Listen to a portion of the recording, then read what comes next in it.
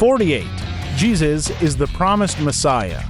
When God created the world, everything was perfect. There was no sin.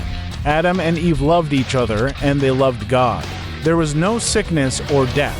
This was the way God wanted the world to be. Satan spoke through the snake in the garden in order to deceive Eve. Then she and Adam sinned against God. Because they sinned, everyone on earth gets sick and everyone dies. Because Adam and Eve sinned, something even more terrible happened. They became enemies of God. As a result, every person since then has been born with a sinful nature and is also an enemy of God.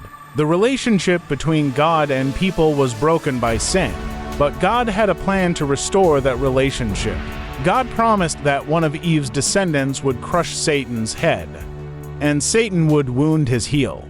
This meant that Satan would kill the Messiah, but God would raise him to life again, and then the Messiah will crush the power of Satan forever.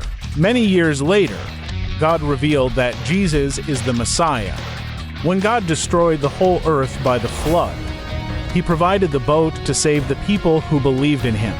In the same way, everyone deserves to be destroyed because of their sins.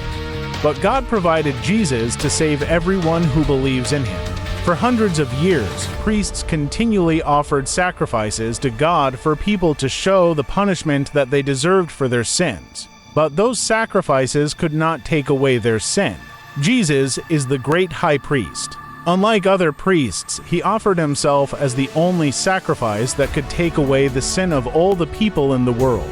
Jesus was the perfect high priest because he took the punishment for every sin that anyone has ever committed. God told Abraham, "All the people groups of the earth will be blessed through you."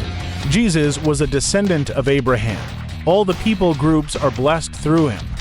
Because everyone who believes in Jesus is saved from sin and becomes a spiritual descendant of Abraham.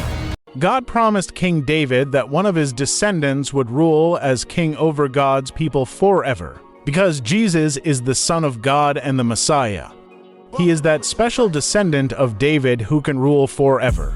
David was the king of Israel, but Jesus is the king of the entire universe. He will come again and rule his kingdom with justice and peace forever.